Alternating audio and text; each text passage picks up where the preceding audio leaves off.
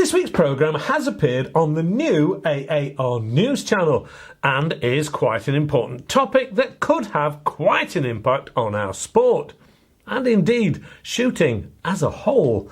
Now, I considered this news, and the new channel, to my mind, is the ideal platform for this type of item. And I've been trying to get people over to the new news channel so they don't miss anything.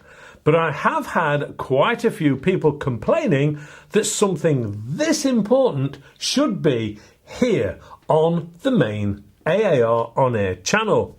Well, don't say I don't listen. And purely as a one-off, here is that programme.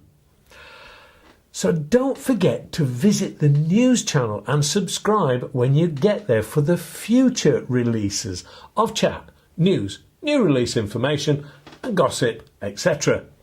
The link will be at the end. Here is that programme. Hello and welcome to another edition of AAR On Air News. Today's programme is going to take a look at the big issue that is threatening our sport and indeed all shooting. The proposed banning of lead in ammunition. Now, what is all the fuss about lead? Well, let's take a brief look at lead initially. Lead, or to give it its symbol, PB, which comes from the Latin plumbum.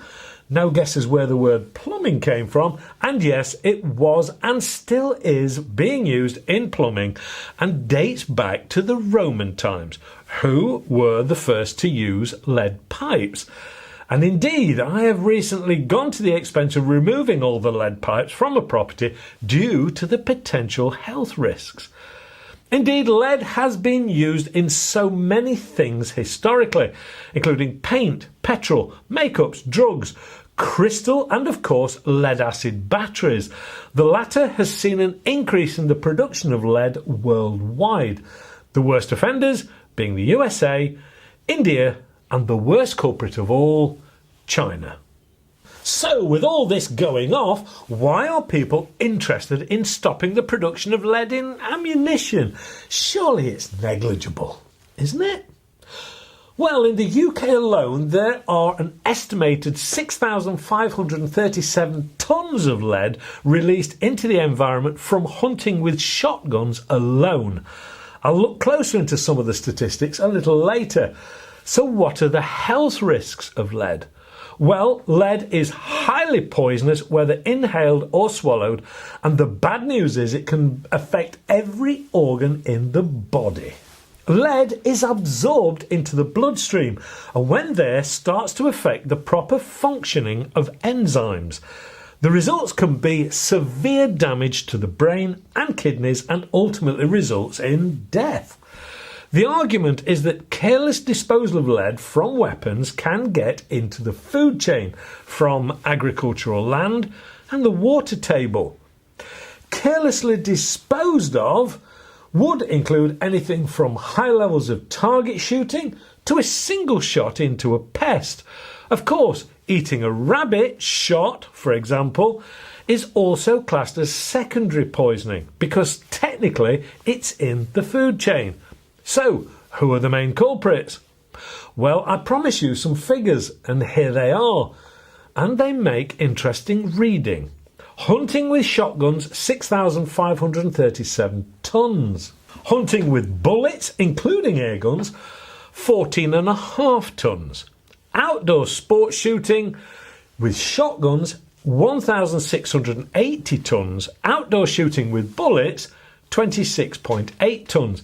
At this point, I should add that the exact tonnage for shooting airguns outdoor for sport purposes is not available, and I wouldn't like to speculate as to the amount, but I'd be pretty confident that it will be a small fraction of the shotgun contamination levels. Points for discussion here should maybe be around focusing more on the shotgun users rather than the airgunners and the like. Now, this programme is really aimed at giving you the facts that I am aware of at the moment and opening up the conversation on the platforms that are on the screen. And probably there are many more platforms too. Time perhaps to take a look at what stage this proposed lead restriction in ammunition is at. Well, this has been talked about for many years, and a 5-year voluntary transition was already started. But the Health and Safety Executive have now got involved, and the timescales are being stepped up.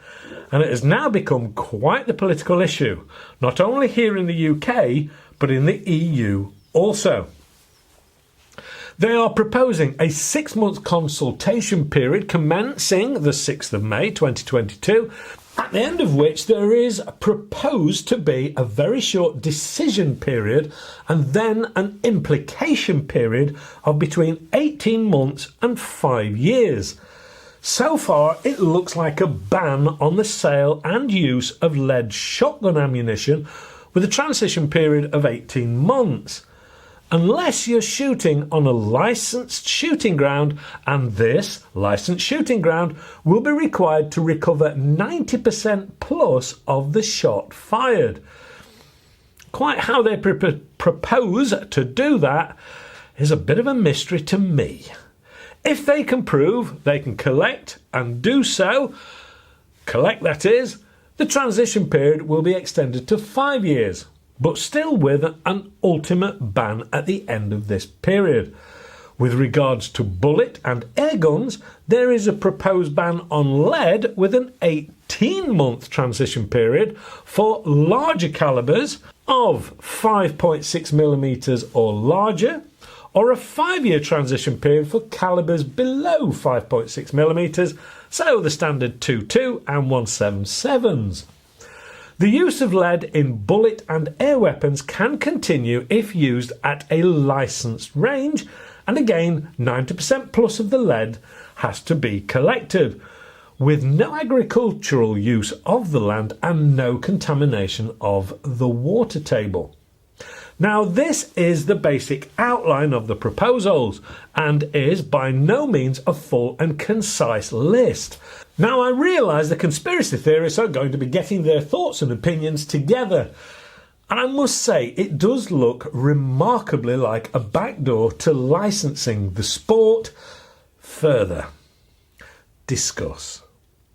I must say, policing this may be a little difficult to an already stretched police force, so the restrictions are likely to be made at the point of sale and adding to the complications of the shop's already heavily legislated roles.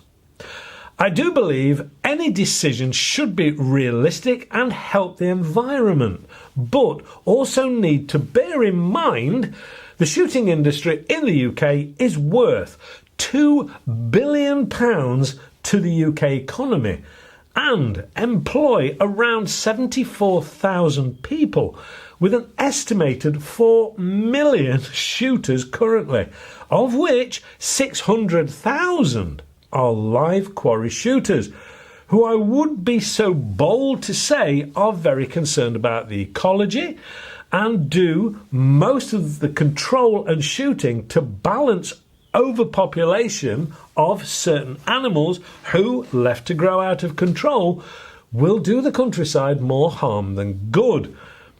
It could mean that current shooting grounds will have to close or turned into indoor facilities to comply with the collection of the 90% plus proposed ruling, which will be an enormous expense. Of course, it could simply mean finding an alternative to lead for use in our ammunition, such as alloys or copper or other materials. I have in the past used both of these from time to time in my reviews and will continue to do so, but the results have been mixed on both accuracy and power levels, and that has been in the smaller calibers. Hopefully this has just highlighted a few of the potential issues facing the sport in the near future and could mean a ban on buying and using lead over the next 2 years, as the 18-month period will start from the day legislation is passed. So 2024 could be a big year for the industry. I know of one pellet manufacturer who is restricting the sale of its alloy pellets to its wholesalers. Maybe they're storing up their reserves, or maybe they have another plan. Who knows? Please do leave your comments on this channel and other forums and get your opinion out there and hopefully suggest some alternative solutions. Please subscribe and click the alarm bell to this news channel and give us the old thumbs up. Thank you for watching, and of course it just leaves me to say stay safe and shoot safe, and I'll see you next time.